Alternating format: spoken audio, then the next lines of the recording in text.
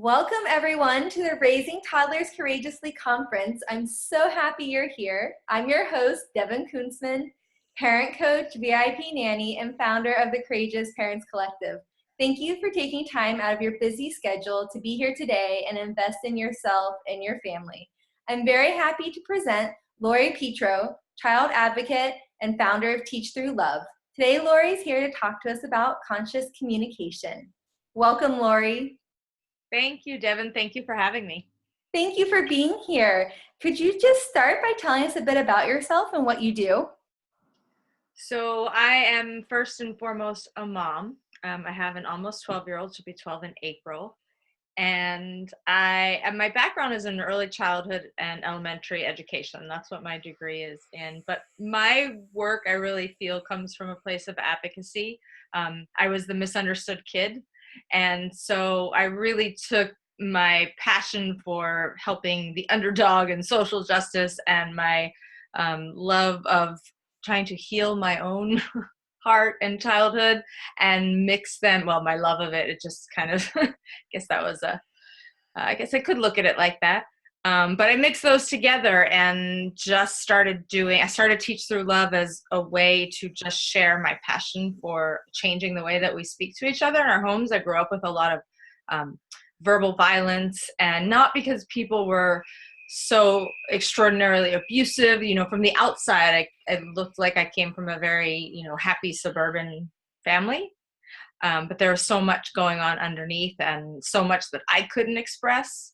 So that's how I started Teach Through Love, which is really just a resource for parents to access tools for them to be able to be the parents that we really thought that we would be. We thought we'd be all calm and capable and, with our kids, and then they show up and they can drive us to places we never really wanted to go or thought that we would go. So that's who I am and what I do.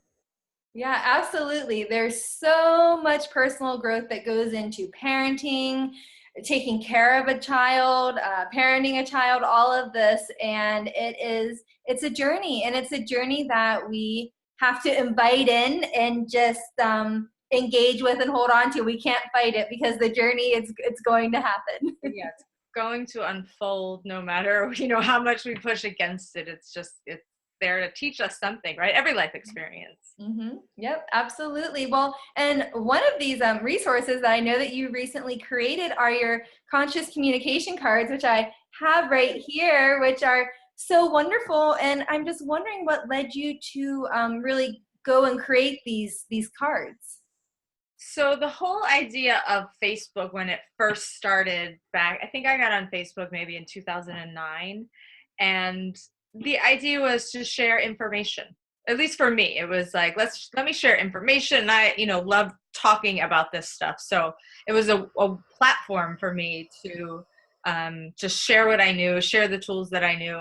And it really just was one day, a few years after I had started on Facebook. I'd been on Facebook for a few years, but you start thinking, like, what do people really need? Because people always say, I get the idea of conscious parenting. Yes, I want to be empathetic. I want to be compassionate. I want to be calm with my kids. But what do I say? I have no idea. It's like we know what we want to do, but how do we get there? And so I just one day created, it was so silly too. It was like it was a picture of my backyard, and on it I threw some phrases, things that we normally say to our kids, and then how we can rephrase it. And that was it. It was like 4 phrases, and then just a reframe of them. They weren't even related, I don't think. They were just 4 random phrases. And I think it was one of those Facebook posts at that time that had been my most shared ever. It just like took off, and it was like, oh, okay, so people like when they see this. And so then I just started sharing. I just would create a new one every week and share it, because I was doing YouTube videos. I think I actually started them around the same time, actually, 2013.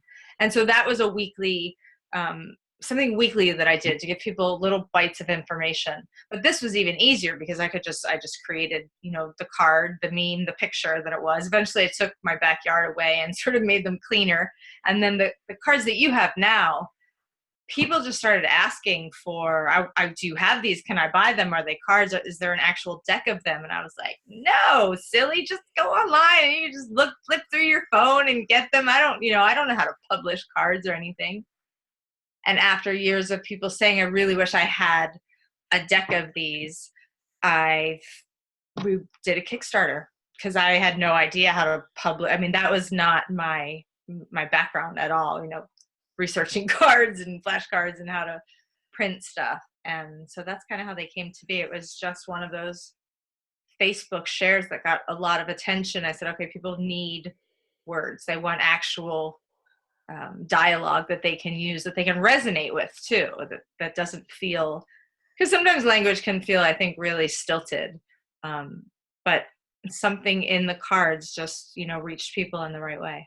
Yeah, no, it's very true. They're a very helpful resource. And so I'm wondering if you can talk a little bit about why does it matter how we speak to our children and our toddlers? Like why should we be more aware of what we're saying and how we say it?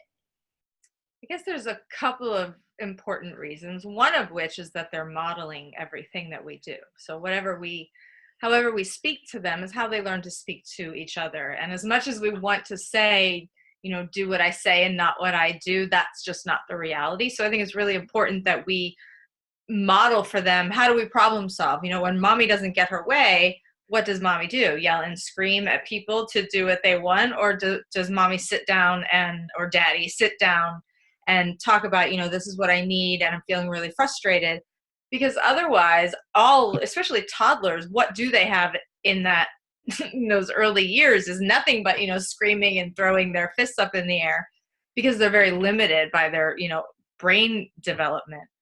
But we have so much more. And when we don't use it, we don't actually stimulate their brains to develop. So there's many different reasons, but there's two right there, is the modeling. And then we want to stimulate the right part of their brain to develop things like empathy. And when we're constantly using things that seem, arbitrary, say, we'll give a consequence and I warned you, and we say it with a nice sing-song voice and I'm being calm like this, but it's punitive and it makes children feel bad. So I think it's really important that we learn to communicate with consciousness by being aware of, what am I actually saying and why? Not just, is this working for me? I'm saying it because it works, but what messages am I really sending to my children? So I think that a lot of parents have good intentions. I know my parents certainly had good intentions, but the words that they used were so disconnecting and judgmental that the lessons were all missed, because I was too worried about being isolated or being rejected or abandoned, or what I was doing that was making everybody so mad, instead of focusing on my own frustration and how I could work through that in better ways, or whatever I was dealing with. Mm-hmm. Yeah, and there's a lot of frustration in toddlerhood. Frustration, especially around when toddlers don't feel understood and they want us to understand, and they might not be able to fully express how they feel, what they need, and that causes a lot of frustration. And we can just really get swept away from that and even jump on that roller coaster of emotion and lose our footing along the way. And so really starting to bring this awareness to, what are we doing, what are we saying, and why, has a lot of power. Yes, it does. And when they're little, they respond very quickly to maybe threats of, us taking away things, or us taking away our attention, or taking away that toy, whatever it is. The takeaway can get them when they're young. But by the time they're 8, if we're trying to still use the takeaway or that, they're like, whatever, I don't care. And then where does that leave us? Then we have to repair the disconnection that's been built up. So it's better to start it, not worse or better, but the earlier that you can get comfortable with kids that are upset, letting them be upset, restraining them when you have to, and, making sure that everybody's safe, but really not getting offended at their outbursts, the better everyone will be in the long run, and you won't have to do a lot of that repair of the relationship as they get older. Mm-hmm. Absolutely, because when we get to that point when they are older and it seems like they're not respecting what we had to say or not listening, but it's also thinking back, well, have we given them a reason to respect what we're saying? And also now we have a choice. We either go back and repair this disconnect, or we up the ante because that thinking that if we up the ante, that's how we'll get them to listen. But it's that just continues the cycle of to nowhere, really, where it's good to actually take a moment, look back, and say, how can we repair this connection? Yeah. Just working with them from the beginning, and it's hard in the beginning because, like we said, they're excitable and they're irrational when they're young, and they don't have that brain power to transition very fast. So we can get frustrated when they're slow to move, or when we think that they're not listening to us, and it's really just very common to young children. But I think their parents, we feel so judged. Like, oh, people are gonna, what are they gonna think of me if my child doesn't get up and walk out the door with me when I ask them? If they fall down on the ground and cry and scream, what will people think? I'm like, I let my kid fall down and cry and scream on the floor all the time. And she is the most regulated 12-year-old you will ever meet. I mean, really, she is just, and when we let them feel their feelings, and of course I contained her, I didn't let her hurt anybody, I didn't let her throw things, there's consequences that I won't, that you have to be a physical boundary sometimes for little children. But if we're not so frightened by their extreme behaviors, it's so much easier on us and on them. Mm-hmm. I completely agree. And so when we're looking at this communication and these interactions that we're having, what are some of the common errors or mistakes that we make in our communication where we might not realize that what we're saying might actually have a negative impact? Oh, it's so easy to just fall into that trap. Just even when we think we're being positive and we're saying, oh, that was so nice of you to share. Why are we really saying that because we're admiring some quality in the child, or are we saying it because we're hoping that they will share again in the future? So now that's a very mild example. I don't want people, overthinking every time they say, oh, that was so sweet of you to do that. It's not about that, but it's about when are we using it consciously, and when are we just being unconscious about it because we want what we want, and we want, our kids to do what we want. So I like to just, there's 4 things that I like to get rid of. It's blame, shame, judgment, and guilt.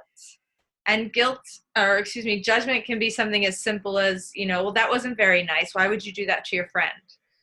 And so we'll ask a question that we already know the answer to, or we know there is no good reason. So it's like, why are we challenging our kids to come up with a good reason? Because whatever they say, we're going to say, well, it's not okay to hit, right? So why don't we just go right to the not okay to hit, but you must have been really frustrated. I want to hear more. What's going on? And you can do this with kids that are as little as 2 and 3. You can say, oh, I can see it's not okay. I won't let you hit your friend, with that truck. But you wanted to play with this. Tell me more about what happened. Did you need space? Little kids, they need space. They need attention. A lot of times kids will go up and they'll hit another kid on the back. And what they were really trying to do is say, hey, will you come help me? Or, come over and play with me. And they don't have the language, or it was, something happened too fast. So if we can just not judge their actions so quickly, I think that, and it's habitual. It's so unconscious. We might say, that's not nice. Don't do that. Right? Because it's simple. It's clear. We figure they get it. But children can't separate what we say about their behavior from what we think about them. So they just start to take in slowly over time, you're not nice. You're not polite. You're not being kind. Or, be nice, be good, be polite. And that's just one example of the judgment. We could think about all kinds of other ways. Just think about things that we say every day that are unconsciously blaming children. Well, you made me late again. And no, we have to own stuff like that. Or we might just blame the children. Well, now you're going to be late, instead of just letting them experience the consequence. I feel like we think that we always have to add effect to the consequence or to the experience so that they'll feel it. We want to make them remember it. And I think that if we just realize that kids learn best when we make positive meanings out of their experiences. So it's not, they don't have to feel negative pain to remember and experience. We can really go in and, our interactions might not, it's not everything's going to be easy and smooth. But if we go in and really investigate instead of just trying to stomp out behaviors, investigate what's motivating those behaviors, I think we can cause less frustration for ourselves. Yeah, absolutely. And for our children. And so thinking about, there's a lot of ways that we unconsciously maybe insert or impose some blame, shame, guilt, or judgment on our kids. I don't think I had that in the right order, but I think I got them all, is that, you know, there, it happens in a lot of areas, and it happens unconsciously because that's not our goal. But then we tend to think about, okay, so what really is our goal?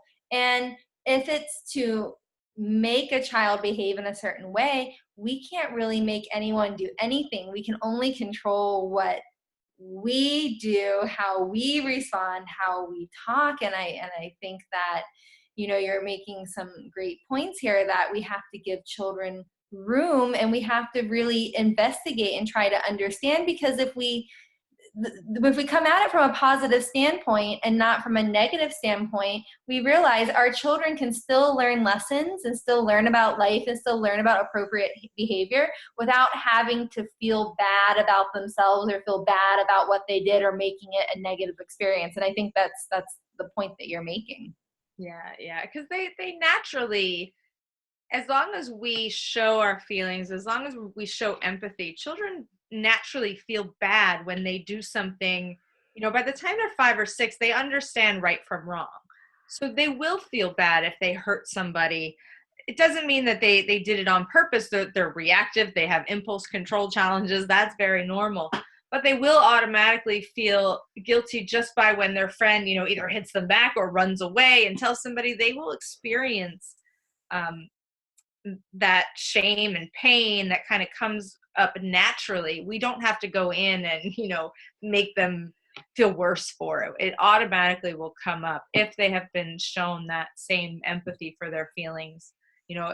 What happens when you might have children, or parents will come and say, well, my child just acts like nothing's wrong, and they walk away. Well, they might be shutting down because it's too scary to feel that pain, or maybe they haven't been allowed to really express emotion and they don't know where to go with it. So if we can just go in and keep helping them express those feelings just by naming them, just by, you don't even have to go much further except in the beginning, just honoring what a child might be feeling. It's a great way to connect and just help them feel safe in expressing things, which helps behavior in the long run. Oh yeah, absolutely. Definitely. And that's what we should think about is, okay, what can we do now to help for the future? Is what we're doing now going to pan out the way we think it is for the future? And so it really takes a little bit of a introspection and looking at that communication. And so I'm just wondering, can you just tell us, maybe just in a sentence or two, really what conscious communication is, and then how that benefits not only a child, but how that can really benefit the entire family? Well, conscious communication is simply being aware of what we say. So I'm not, if I'm going to get upset, am I going to start spewing what I want and what I feel at people, or am I going to take a moment to become mindful and aware? And that's really all conscious communication is. It's just becoming aware, be present in our bodies, and then speak with that awareness. And it's going to benefit everybody, because what happens with a lot of traditional discipline is children grow up feeling disrespected. They feel unheard. And it's not because they're not understanding the lessons that we're trying to teach. They understand that we love them, but ultimately, when we use things like punishment or consequences or blame, shame, judgment, guilt, whatever it is, over time, if it's chronic enough, it starts to break down the relationship, and it starts to break down how kids feel about themselves. So their self-esteem suffers. They question themselves. Or kids who are directed too much and told what to do instead of being allowed to have conversations about things like chores or the family rules or whatever it may be. they feel like they don't have a voice. And so they try to grab onto that power or that voice in other areas where it may not be as appropriate. So it really benefits by keeping the connection and by helping kids grow and mature in ways so that they can speak thoughtfully and that they can be respectful. Mm-hmm. Yeah, absolutely. And what you're saying before about how, especially with little kids, that they can't tell the difference if we're commenting on their behavior or commenting on them, that they take it very, very personally. And you could see how over time that this pattern and this internalization that we don't even know that's happening because maybe our kids just can't communicate that, or it's not always easy to see, but it does happen. And how we talk really affects that. It does. It affects how they think about themselves. You'll hear even, you'll look at the loving family who wants the best for their children, but maybe when they get frustrated, they use things like judgment statements. Well, then you'll hear, a young child say things like, well, I'm a bad boy. And they completely miss, the meaning that what was behind the actual interaction, whatever was, their parent was trying to shift that behavior, and all they took away because they see their frustration or they hear it in the tone of voice. A lot of times we'll use our tone of voice to help kids. We say help kids shift their behavior, but what we really do is we set off that threat or that alarm button in their brain that says unsafe, unsafe, unsafe. And then they can't hear us anymore. They're not listening because that part of everything gets shut down to focus on how do I get out of the situation.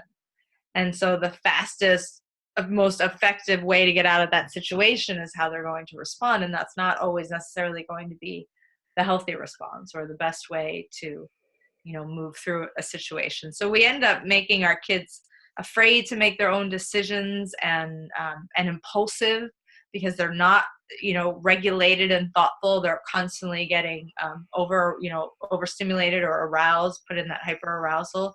And, and then they're looking out for threat. And there probably isn't any threat. So then we say, oh, well, now you're overreacting. And we put them in that overreactive state, but we're so unaware because, again, I feel like parents get a lot of judgment. So it's wonderful that you can just affirm a lot of this stuff for parents with the speakers that you're bringing in so that they can hear it over and over. Your kids are fine. They are acting just like all the other little kids. And really, if you just take that time to be patient with them, it really does pay off into the behaviors that you want to see as they mature. Mm-hmm. Absolutely, because if a child is in this alarm mode, if the alarm has sounded and then they're thinking, how do I get out of this? How do I get away from this? They're not thinking about, oh, what happened? Can I learn from this? Or, we're not actually getting to what we like to think of as the end game, which is a child that's regulated and has, more regulated behavior.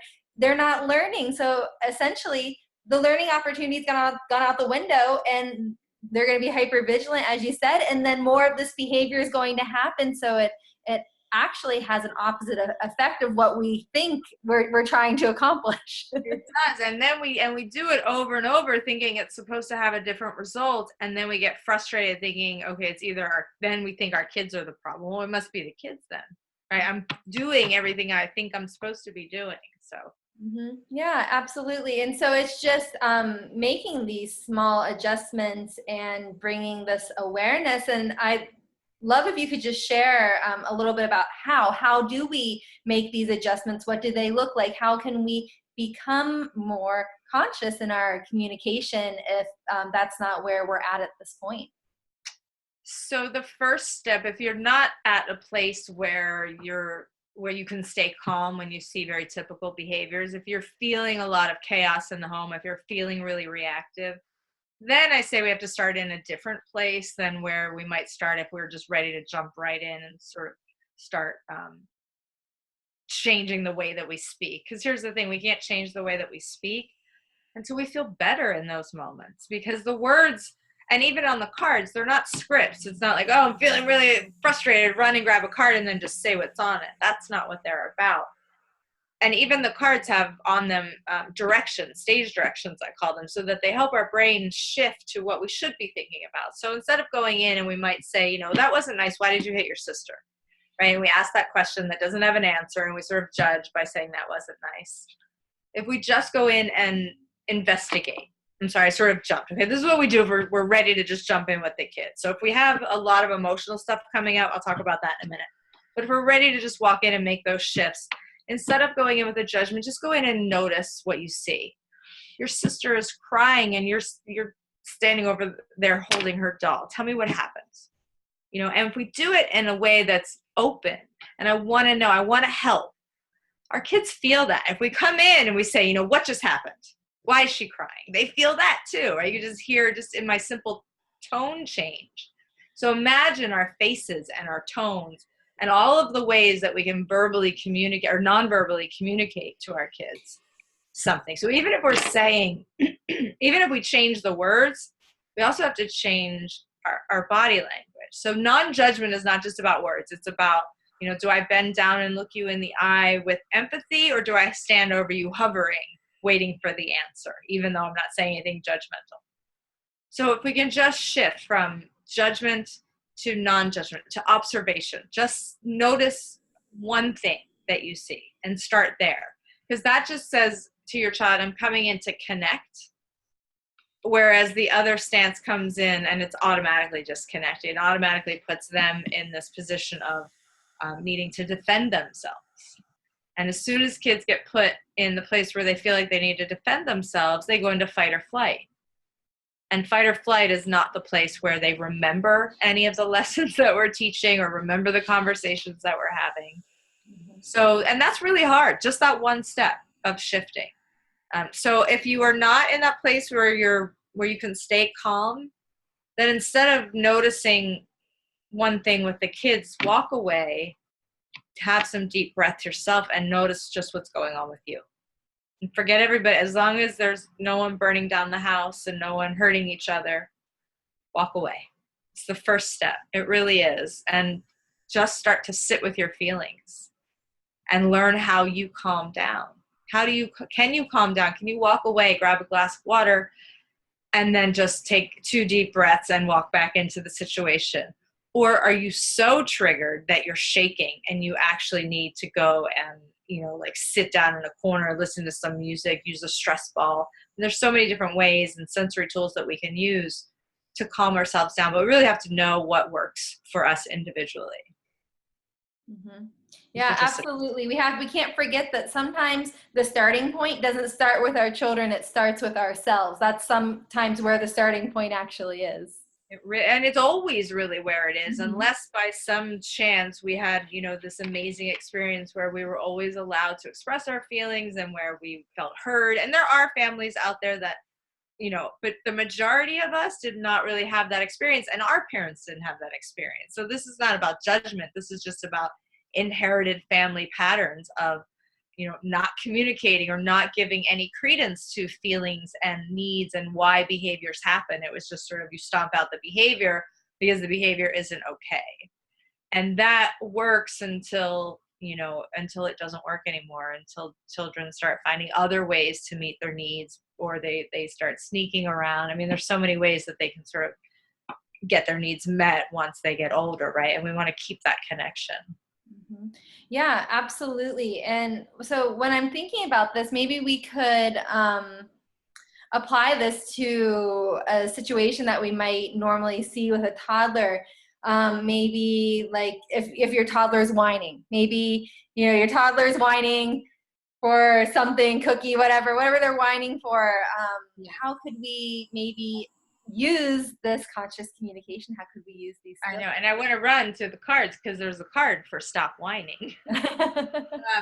So really, whining is a young child who does not have the ability to express, well, they're using their language, but they're also crying and they're frustrated. And I whine sometimes. I know a friend he's a grown man and he whines a lot, and it's in his voice when he talks about things. And I'm like, why are you whining? See, I'm whining right now and I say it. So I whine. So if we can just first say that the humans whine, and they whine a little more when they're younger. If we can laugh about it a little bit, it helps lighten the mood when we do have that whiner in the room. Now, here's the thing. If you're so super sensitive to your whiner that you freak out in that moment when you start to hear it because it just makes your whole body cringe, this is the moments where you want to walk away and figure out why it makes your body do that so much. Or just sit with your body while it's doing it and feel that and try to, massage it out, work it out, however, because that's something different. Then you're getting something in you is getting triggered. There's some emotional memory going on. There's some sensory challenge. So maybe, whining, maybe you get some earplugs so it deafens the noise a little bit. It doesn't totally block out the sound, but it makes the whining, because some people are going to be sensory sensitive, and it's not some emotional trauma with whining, but I really don't like the sound of that. It's not going to last forever, right? If kids were going to whine all the time, then I would say, okay, we need to change. But sometimes it's just little children. So I like to protect myself. Sometimes I will say, you know what? I know that you're really upset about this. I'm going to go in the other room right now. I'll be right back. Maybe because they're little, they follow you in the room. And so that can be really frustrating. So I just want to honor that there's lots of ways that it could play out, even if we do our best to respond to the whining. And we're not necessarily always going to get what we want. So conscious communication is not about making our children stop doing something that we want them to stop or do something that we want them to do in that moment exactly. But it's about, how do I take care of myself? How do I communicate to you that I'm having a challenge with what I'm hearing and I need to go walk away? Instead of stop whining, you're making me crazy, or use your big girl voice, or use your big boy voice. But just acknowledging, I know that I can hear your frustration. Tell me more about what you're upset about. Just giving kids permission with those 3 little words, tell me more, can a lot of the times alleviate the whining, because suddenly they feel like, oh, I can express it.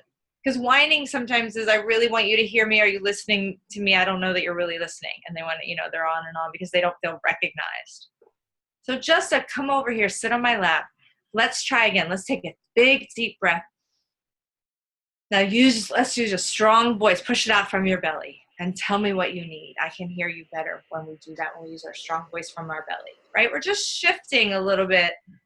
And again, it's really about, what does my child need in this moment? So my cards are broken down into those, they're color coded, right? There's 3 areas that we can always look at when we're trying to pinpoint behavior.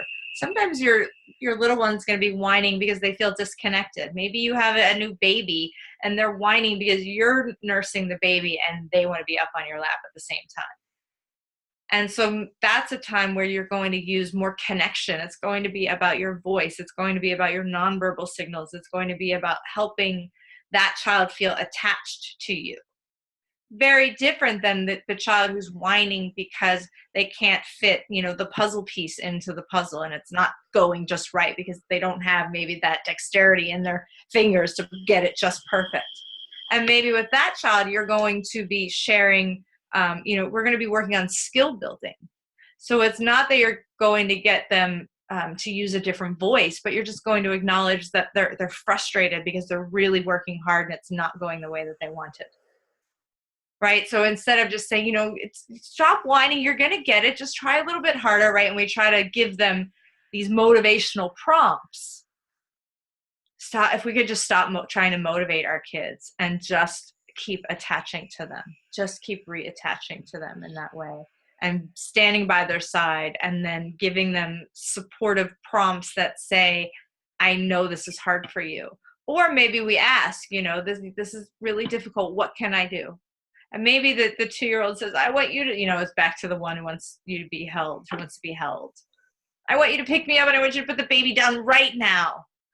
So instead of going into our logical or right, I don't know which, right, left, instead of going into our left brain and getting all logical and trying to then give them reasons why we can't pick them up, just say, oh, you would so love it if I could pick you up and not hold you all day and never pick the baby up again, huh?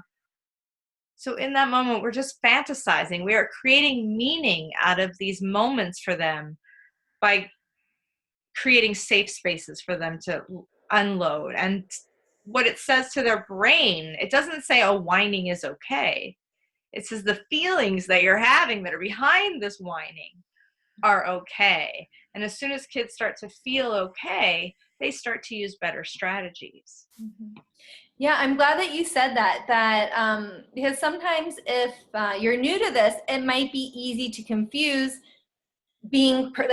holding a line or being permissive, and it might feel permissive at first, but I'm glad that you brought up that it's not saying it's okay to whine. It's saying you're okay. Your feelings are okay. I hear you. Yeah.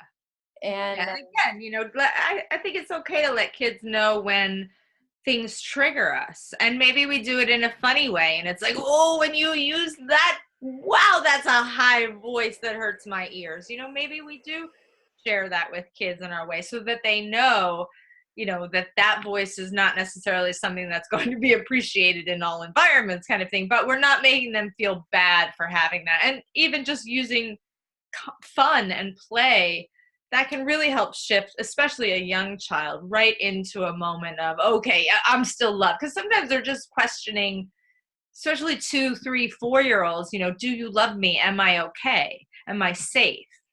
That's all they want to know. They don't really have much beyond, how can I keep exploring? Am I safe? Does somebody love me? Those are the basic questions that they want answered, and they want to be sort of free to explore. And beyond that, it doesn't matter to them. So, mm-hmm. Yeah, absolutely. And whenever these basic questions are answered, I'm safe, I'm loved, I'm okay, then and they feel this connection. And then that connection just allows other things to really dissipate. And I think that you made some great points about that. This communication, conscious communication, it's more than just what we say. It's also how we say it and what our body is saying, our nonverbal communication. So it seems like there's at least 3 components to this, and that we just have to think, are all of these incongruents, are they reflecting each other, or is one part of this out of sync, and are we being authentic by being congruent in all of these areas to really show our kids we understand. We aren't going to, we're not here to make your life difficult. We're here to make your life easier and to be on your team.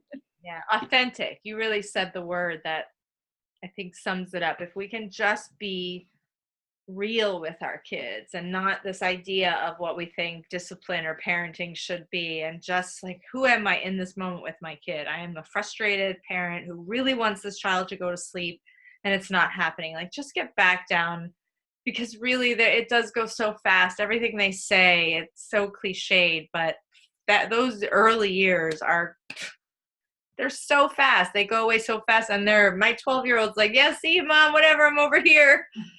I'm like, oh, where's the little cuddle bug and she does still cuddle. I mean, I haven't lost her totally yet to that, but I see it. I see her like, okay, I'm mature. I'm independent. She's feeling her own maturity now, and seeing it, and seeing how she can be this independent self where she doesn't need me as much. And I would have hated to have, spent the early years being frustrated by what was very normal behaviors. I could have spent, because she was an intense, sensitive kid. And if I didn't have the support that I had, and if I didn't, well, I was also a research freak, so it was like anything I could read about brain development, what was best. And that's what really, I think, helps a lot of parents feel confident doing this work, is knowing that it's the best way to help our kids develop in healthy ways. If we are empathetic, if we don't shut them down with punishment and sort of traditional discipline, their ability to self-regulate as they get older is much, much greater. Their social emotional intelligence really benefits. Mm-hmm. Absolutely. And we're so lucky now to live in a day and age where there actually is the research out there to support this, and we can understand, it's different to have someone say, or to read an article and be like, oh, well, this is a good idea. This is what children need. But then this is what children need, and here's why. To really have that support and that science behind it, we now have that, and we know, okay, this does work. This is what our children need, and this works. Yeah. Yeah. Well, our time's coming to a close. I'm just wondering if you have a last piece of advice or encouragement that you'd like to leave our audience with for those of us on this conscious communication journey. I think just trust yourself. Don't let anyone tell you what's best for your child, because nobody really knows what's going on in your home. Nobody really knows what's going on in your heart. So if we could just trust ourselves as parents, and what I say to all of my parents, whether it's in a class or if I'm doing, a talk somewhere or online, is it's about being conscious, not perfect. So we all mess up with our kids. We all say things that we wish we could take back. And it's not, oh, what did I say? But how did I go back, and how did I make meaning out of this experience for my child, and how does everyone walking away? So just being conscious and not expecting perfection from ourselves, I think, is really, really important, and will help us feel like we can, navigate this journey with a lot less stress and pressure. Absolutely. That's very empowering. Absolutely. And I just want to thank you for being here today and sharing all of this wisdom and knowledge with us. It's been absolutely helpful. So thank you for taking the time. Oh, absolutely. Thank you for having me, Devon. Wonderful. And before we go, I'd like to invite all of you to join the discussion in the Raising Toddlers Courageously Facebook group. Your thoughts, opinions, feedback, questions, they all matter to me, and I can't wait to connect with you. And if you haven't already, please consider purchasing lifetime access to these interviews so you can come back again and again to this vital information. Thank you.